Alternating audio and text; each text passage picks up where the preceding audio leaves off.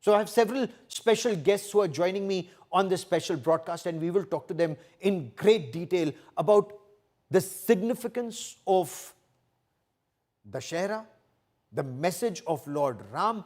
I have with me Dr. Jay Madan, a spiritual mentor and motivational speaker. Also joining us in just a moment would be Vidushi Jaya Bharti, a very well-respected scholar, and Sai Swarupa Iyer, author and commentator. But I first want to cut across and speak to Dr. Jay Madan.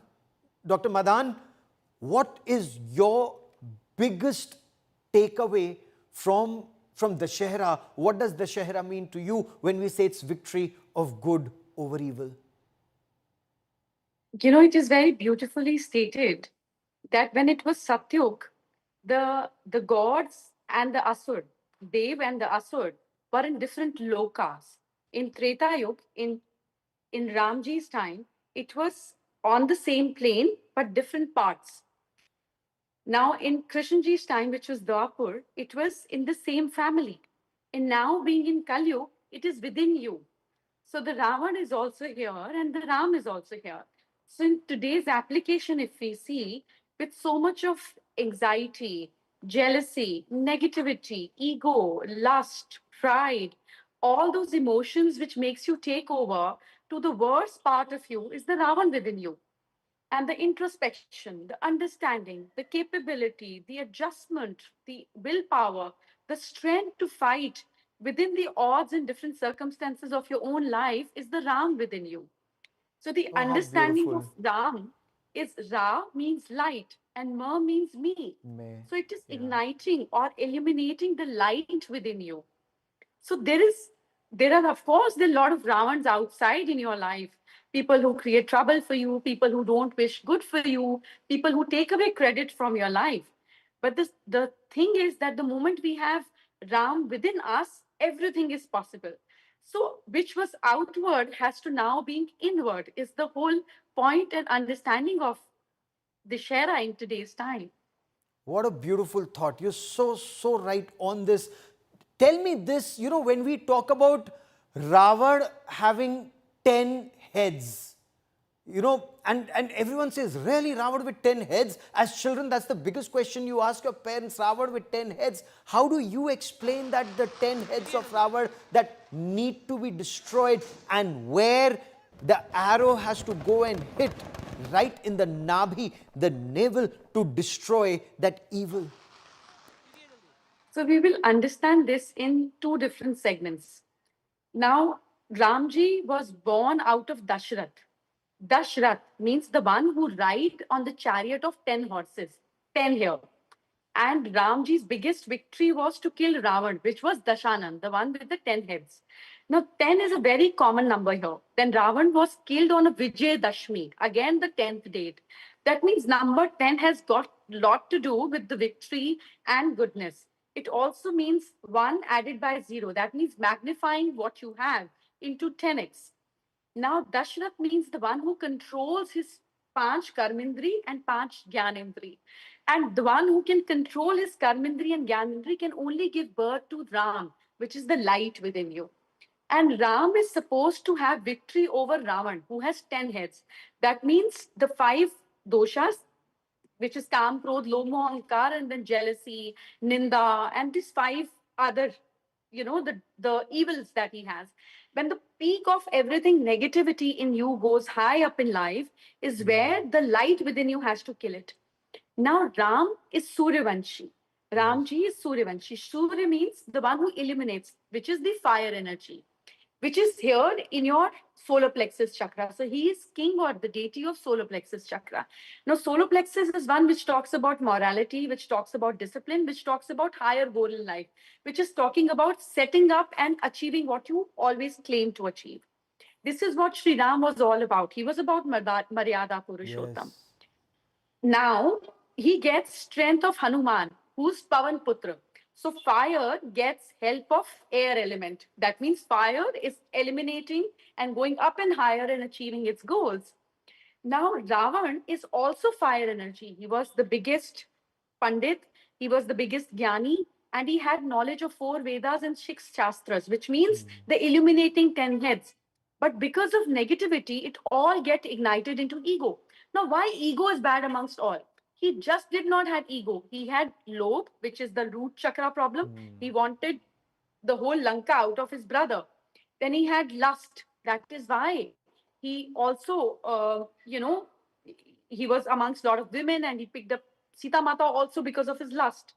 Then he had pride, which is the ego here. And then he had a lot of other issues, which was about attachment. He was so attached to his son, his power, his everything. So he had everything to the peak of it. When your fire is not about on a higher goal, it goes towards pleasures of life. So he all wanted pleasures in life. He wanted dance, he wanted pleasure, everything. So the pleasure stays in your navel, just 2 inches below your navel. And Japanese practice kriya called hara kriya, where they put a die. It's called hara kriya.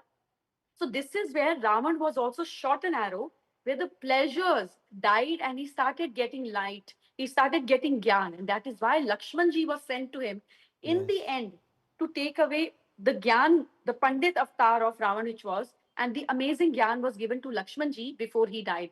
So Sri Ram killed his lust, his ego, his pride through his navel, where his meh, Swadishtan, the sthan for swa. The ego was so eliminated that his prana got manufactured or maybe manifested in his navel chakra and had to be killed to bring him to light. Dr. So the Madan, beauty of do a lot of people come to you? Are they very curious? According to you, the biggest takeaway that you get from the life of Maryada Purushottam Sri Ram? So there are three things that we need to understand. And as we say, Sri Ram is Suryavanshi. Now look at the planet Sun out there. It is very disciplined. Now you get up at 8, he doesn't care. If he has to come out at 6:20, he'll be out at 6:20. Now Patanjali Yoga Sutra says that Sun is the biggest power to bring illumination or success in your life. Let's call it success, not illumination in today's youth to understand. So that is why in previous times you see people used to give art to Surya, looking at the sun via water. The whole point was that you look at sun without blinking your eye, so that you take power of that planet, of that energy within your system. And if you see in in Ram Navami, when Ram Lalla's in Ayodhya, his Abhishekam was done, it was done through sunlight rays touching center of his forehead, like sunlight. The deity is presented or positioned in a way where the sunrise goes through his center of the forehead and the Abhishekam is done. Surya Abhishekam. That is what we need to do every morning when we give water to sun. Through the prism of that water, the light has to touch your eyes and your forehead so that you become better version of yourself, so that you always have clarity in life. Oh, what a Clarity is beautiful what Sri thought. Ram is all about. What a beautiful thought. Stay with me, Dr. Madan, as I bring into this conversation Sai Swarupa Iyer ji, author and commentator. Once again, Sai Swarupa ji, wish you a very happy Vijay Dashmi. For you, what is the biggest message from Lord Ram's life and from either the Ramayana or the Ramcharitmanas? Sure. Happy Vijayadashmi to you all, Gauravji. And that was a beautiful, beautiful explanation by my co-panelist. And of course, I agree with her. It's just I could keep listening to that, forever. However, the message I take is also from Purushartha perspective. Here, Ravana has a lot of knowledge. Of course, we don't need to reiterate that. But somehow, what did he let drive him was karma. And Sita and Rama are the incarnations or avatars of Lakshmi and Vishnu. They are, Artha and Dharma welded together. And when you try to force Artha away from Dharma, that means it brings anartha, that is destruction. That's what wresting away Sita, kidnapping Sita, and imprisoning her in the land of adharma, right, it just brought the downfall of the whole country. So here we also take the lesson of leadership. Here I want to contrast. So for the self, for just the satisfaction of self, for his own karma, Ravana ended up destroying his clan, his country, right? And Rama, on the other hand, and this is a part which doesn't get discussed enough, after he's reunited with Sita, the Devas are still there, and Indra asks Rama to, ask for a boon because you have killed Ravana and you have purposed you have fulfilled a great purpose, and we want to give you a boon. And the first thing he asks, he doesn't ask, maybe Bharat should peacefully give me back the kingdom or nothing, but he asks for the welfare of the Vanara soldiers who have fought along his side. Yes. And he says the first thing he asks Indra is, whoever the Vanaras who have suffered, because they have come away from their families to this this island and fought for me, let them, come alive again and let them be reunited with their families again. So before his own sukha, before his own welfare, he always sought the welfare of those who worked for him. Oh, absolutely. And the Indian Army, its Chetwood motto is just that the safety, welfare, and honor of your soldiers comes first. Country, soldiers, and yourself comes last, always and every time. Dr. Jai Madan, if you were to give a message from Lord Ram's life, from Maryada Purushottam Sri Ram's life to the next generation, what would you ask them to imbibe? I will finish this in approximately 90 seconds from now to leave a better impact with what I'm trying to say. In today's time, when we look at people on social media, especially youth, they just feel that, oh, this guy is so privileged. Oh, he's traveling via this medium. So he has so many likes. So we talk about luck a lot here. Now, to understand luck from Purushottam, who's Maryada Purushottam and Purusharth operated, Purusharth means efforts. So Sri Ram, what happened when he created this Ram Setu, the Ram Setu was very narrow. So everybody thought that how is he going to walk on it? Now this is so narrow, it's going to collapse. So as Sri Ram put the first step on it, all the water animals out there, tortoise and big fishes and huge ones, started gathering around the Ram Setu. And all the Vanar Sena there thought that now that he's going to walk, everything is going to collapse. But nobody questions God when you have faith in him, right? So Sri Ram started walking and the whole Vanar Sena started walking behind him. By the time he crossed, the whole water animals and everybody made the narrow bridge into very, very broad bridge. When he reached there, Jamvat said that, Prabhu, if you had to only made this, why did you made us put effort? You could have only stood there, everybody would have been there, and we could have crossed by so much of time wastage and effort in creating this narrow bridge when you had to do everything. He said, Jambat, you're wrong. Grace or luck also falls upon you when you have your effort.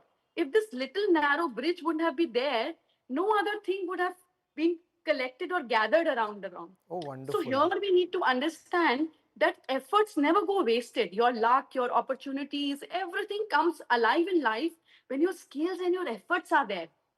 So when you look around Yes. on social media, don't feel bad. Luck will definitely follow, but that is not in your hand. What is in your hand is your own efforts and way to moving forward, like being persistent about going forward in life. Okay. So Sai grace Swarupa ji, also. Sai Swarupa ji, what would you advise the future generations when you advise them to read the Ramcharitmanas or the Ramayana or learn from Maryada Purushottam Sri Ram's life? Yes, there are a lot of things to learn from Rama, and of course, Valmiki Ramayana as well as Ramcharitmanas are beautiful treatises. So, what I would, one thing I would advise the younger generation is to learn to read the Sanskrit version, and maybe refer to a word-to-word translation so that the beauty of the poetry and the preciseness of the poetry is not lost. Two, yes, the one quality I would want the younger generation to learn from Rama is we discussed the Purushartha. So when Kama tries to wrest Artha, it is also the duty of Dharma to keep Artha with it. Yes. And always subjugate Kama. So always the immediate instant gratification, that's what is Kama, right? The instant gratification, which is very selfish in nature, that has to be overcome by power as well as dharma, that is looking for a larger good. The larger good and power have to be always united.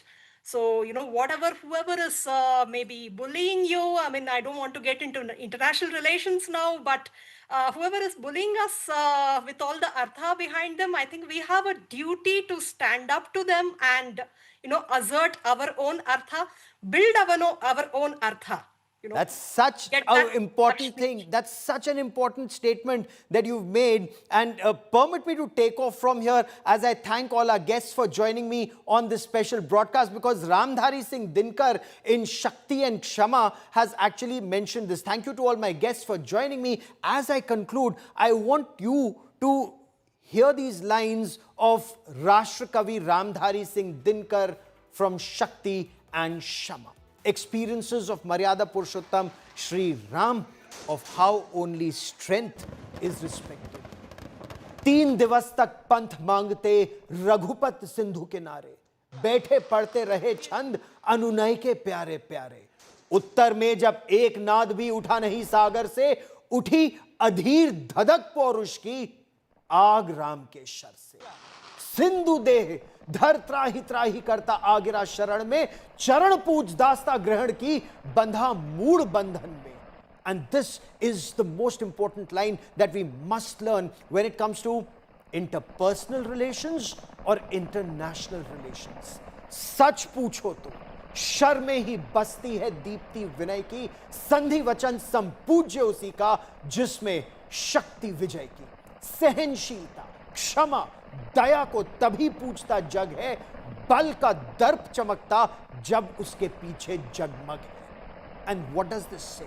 This says that you have to be strong. Even Maryada Purushottam Shri Ram, for 3 days he sat in front of the ocean and he prayed, kindly give me way, let me go to Lanka, let me bring back my wife. And the ocean didn't part ways. But 3 days later, when he got very angry and he pulled out his bow and arrow, the ocean came and said, no, please do not do that. And what does this indicate? That only the brave are respected. Your word is respected when you can back it with that BrahMos supersonic cruise missile and the S-400, when you have the ability to stand up to a bully in your neighborhood or across the world. That perhaps is the biggest message. As evil is destroyed, the good have to be strong. Only then will they be in a position to destroy evil and make your point felt across. Because क्षमा क्षोभती उस भुजंग को जिसके पास गरल हो, उसको क्या जो दंतहीन विष रहित विनीत सरल हो। Many thanks for joining me on this India Today special broadcast.